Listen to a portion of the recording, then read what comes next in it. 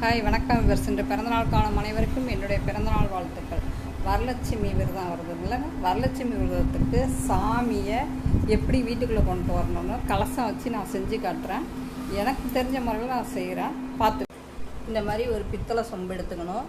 பித்தளை சொம்பை விளக்கி குங்குமம் வச்சுக்கணும். இந்த மாதிரி குங்குமம் வச்சுக்கணும்.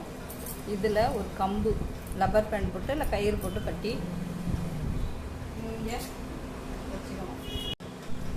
இந்த கலசத்துக்குள்ள பச்சரிசி போடணும். கொஞ்சம் பச்சரிசி, இது கொஞ்சம் கீழே போக பச்சரிசி போடணும்.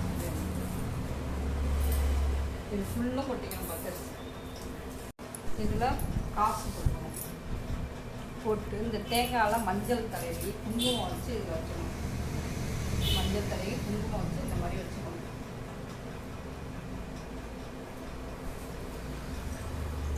வச்சுட்டு இந்த மாதிரி துணி எடுத்து இந்த மாதிரி மடிச்சிடணும். சின்னதாக எவ்வளோ சின்னதாக முடியுமோ மடிச்சிடணும்.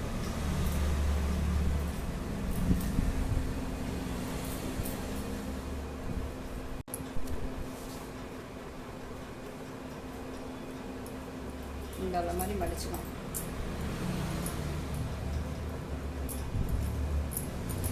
மடித்து இதை வந்து இப்படி ரெட்டையாக மடிச்சுக்கணும். மடித்து இதில் குங்குமம் கிடைக்கணும்.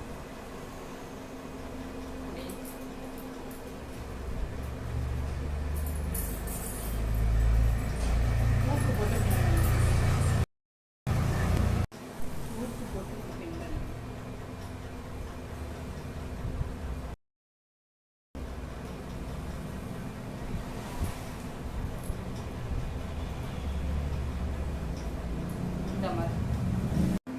இந்த மாதிரி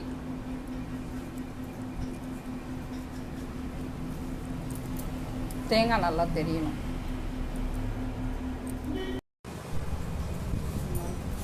சாமிக்கு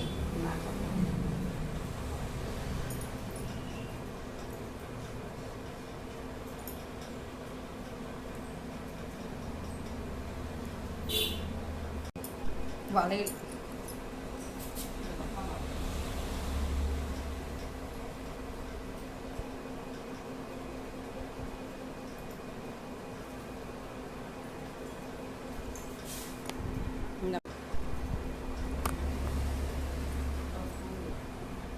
குங்குமம் மாலை வேணா போட்டு, இப்போ மாலை வேணாலும் போட்டுக்கலாம். இதை வியாழக்கிழமை நைட்டு வெளியில் வச்சு திண்ணையில் வச்சு விளக்கேற்றி சாமி கும்பிட்டு உள்ளே கொண்டு வந்து நம்ம வரலட்சுமி விரதத்தை நோன்பு எடுக்கணும். பிடிச்சிருந்தால் லைக் பண்ணுங்கள், ஷேர் பண்ணுங்கள், சப்ஸ்கிரைப் பண்ணுங்கள்.